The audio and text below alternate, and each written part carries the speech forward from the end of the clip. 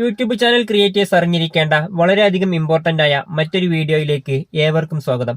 യൂട്യൂബിൽ ഒരു ചാനൽ ഉണ്ടാവുകയും എന്നാൽ വളരെ സക്സസ് ആയി അത് മുന്നോട്ട് പോവുകയും ചെയ്യുന്നില്ലെങ്കിൽ നിങ്ങൾ അറിഞ്ഞിരിക്കേണ്ട അടിസ്ഥാനപരമായ കാര്യങ്ങളെക്കുറിച്ച് നമ്മൾ ചെയ്ത കുറച്ച് വീഡിയോകൾ പ്ലേലിസ്റ്റിലുണ്ട്. കാണാത്തവരാണെങ്കിൽ തീർച്ചയായിട്ടും നിങ്ങൾ ഈ വീഡിയോയ്ക്ക് മുമ്പ് അത് കാണുക.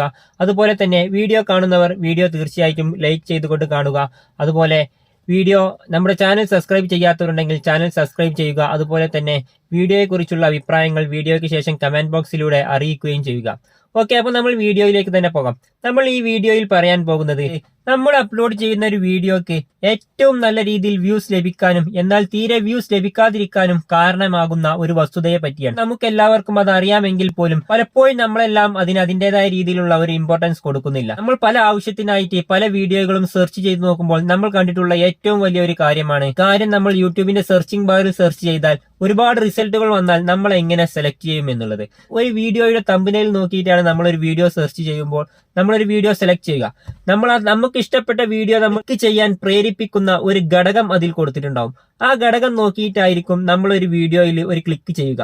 എന്നാൽ പലപ്പോഴും വളരെ നല്ല രീതിയിൽ വീഡിയോ ചെയ്ത ആളുകളുടെ തമ്പനയിൽ വളരെ മോശമായിരിക്കും. കാരണം അതിൻ്റെതായ ഇമ്പോർട്ടന്റ് അവർ കൊടുത്തിട്ടില്ല എന്നുള്ളതാണ് അതിന്റെ വാസ്തവം. അങ്ങനെ സംഭവിക്കുമ്പോൾ പലപ്പോഴും നമ്മുടെ വീഡിയോക്ക് വളരെയധികം വ്യൂസ് കുറഞ്ഞു പോകുന്നു. ആ വീഡിയോ ഒരിക്കലും വൈറൽ ആകാതെ പോകുന്നു. സെർച്ചിങ് ബാറിൽ നിന്നും ആരും സെർച്ച് ചെയ്തെടുക്കാതിരിക്കുന്നു.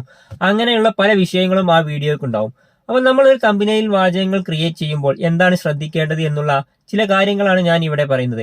ഏതെല്ലാം ആപ്പ് മുതൽ തമ്പനയിൽ ക്രിയേറ്റ് ചെയ്യാം എന്നുള്ളവർക്ക് നിങ്ങൾക്ക് എല്ലാവർക്കും അറിയുന്നതാണ്.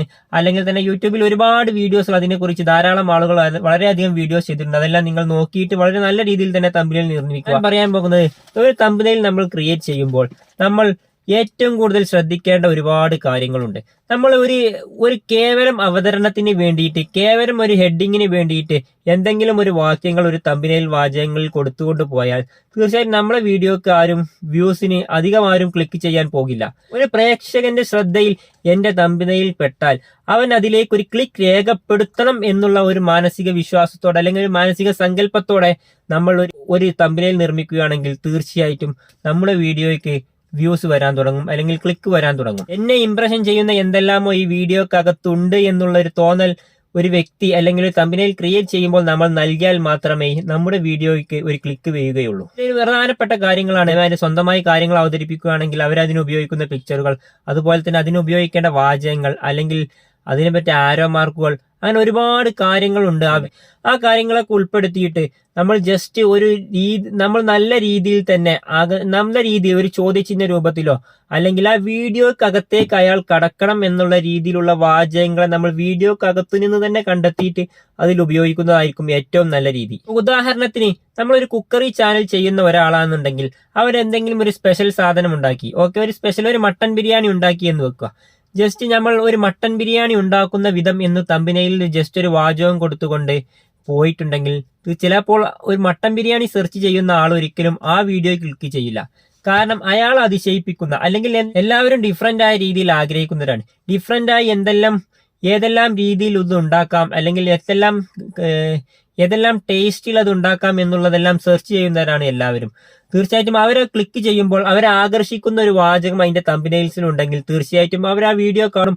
എന്നാൽ ഒരു മട്ടൻ ബിരിയാണി ഉണ്ടാക്കുന്ന വിധം എന്നുള്ള വാചകത്തിന് പകരം നമ്മളപ്പോൾ മലബാർ സ്പെഷ്യൽ മട്ടൻ ബിരിയാണി, ഇത്തരത്തിലൊരു മട്ടൻ ബിരിയാണി നിങ്ങൾ ഇതുവരെ കഴിച്ചിട്ടുണ്ടാവില്ല എന്നെല്ലാം അങ്ങനത്തെ പല രീതിയിലുള്ള ഒരുപാട് വാചകങ്ങൾ ഉണ്ടാവും.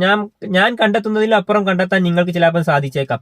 അത്തരം കാര്യങ്ങളെല്ലാം നിങ്ങൾ വളരെയധികം നോക്കിയിട്ട് അത്തരം കാര്യങ്ങളിൽ കണ്ടെത്തിയിട്ട് വീഡിയോ തുറന്നു നോക്കുമ്പോൾ അതിലേക്ക് ക്ലിക്ക് വരാനുള്ള ഇമ്പോർട്ടന്റ് ആയിട്ടുള്ള കാര്യങ്ങൾ എന്തെല്ലാം നമ്മുടെ തമ്പനയിൽസിൽ നമുക്ക് നൽകാൻ കഴിയും.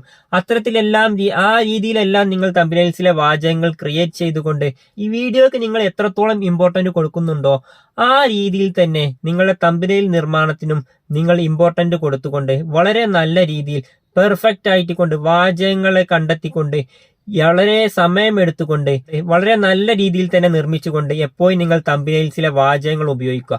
ഒരിക്കലും ഒരു കേവല തമ്പനയിൽസ് എന്നൊരാശയം വെച്ചുകൊണ്ട് നിങ്ങൾ ഒരിക്കലും ഒരു വീഡിയോക്ക് ഒരു തമ്പനയിൽ നൽകരുത്. വളരെ നല്ല രീതിയിൽ തന്നെ നൽകുക. ഒരിക്കലും നമ്മുടെ ഒരു വീഡിയോ ഒരു പ്രേക്ഷകന്റെ മുന്നിൽ ഒരു തമ്പനയിൽ കേട്ടാൽ ആ വീഡിയോ തുറന്നു നോക്കണം. നമ്മുടെ തമ്പനയിൽ കണ്ടുപോകുന്ന ഒരു പ്രേക്ഷകൻ തീർച്ചയായിട്ടും നമ്മുടെ വീഡിയോയിൽ ഒരു ക്ലിക്ക് വീഴണം എന്ന ചിന്ത എപ്പോഴും നമ്മുടെ മനസ്സിലുണ്ടാവണം ഒരു തമ്പനയിൽ നിർമ്മിക്കുമ്പോൾ.